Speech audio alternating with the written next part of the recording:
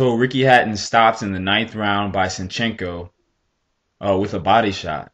It's a pretty big shocker. A lot of people had Ricky winning this fight. Um, and I guess the question is now, where does he go from here? Where does his career um go from here? Let me say, first off, in the early rounds, Ricky Hatton did look pretty good. He looked pretty good in the fight in the early rounds, but you could see it. In the mid rounds, he started to gas and he started eating a lot of jabs. Typical Ricky Hatton.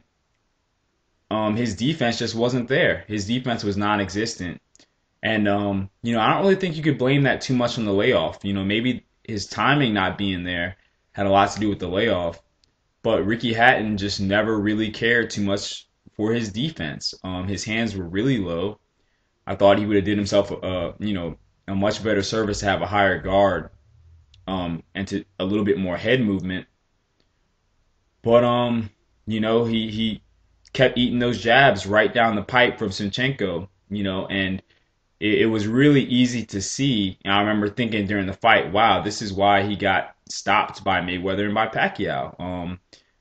Because he's so open. He's such an open target. And defense is something that if he does decide to stick around, he really needs to focus on.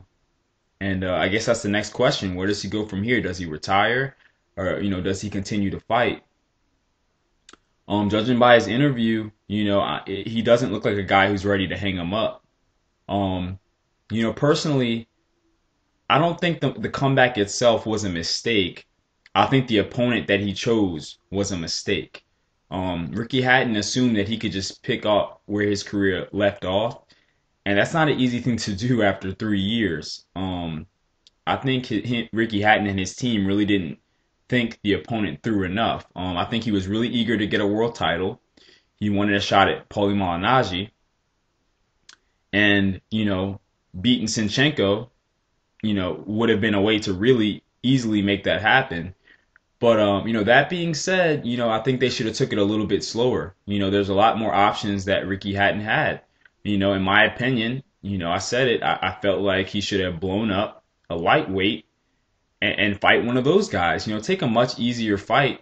It's going to sell out regardless. Get your legs, get your conditioning, get your timing back, and then get in there with a guy like a Senchenko who's always going to be there. I just thought it was bad management and a poor decision. Here's Amir Khan coming off of a knockout loss to Danny Garcia, and he's blowing up a lightweight, and he's about to fight, a 135 pounder.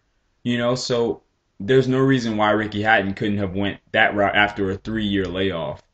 But to his credit, he looked pretty good in the opening rounds. But he just couldn't sustain it. So, the question is going to be, should he retire?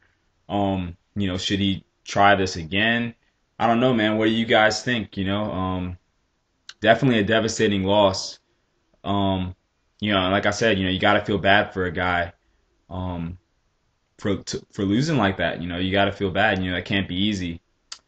But he did give it his best shot, and he fought a guy who was a game opponent. So you got to give him respect for that. But that's it, man. Ricky Hatton knocked out by Senchenko. You guys let me know what you think. Peace.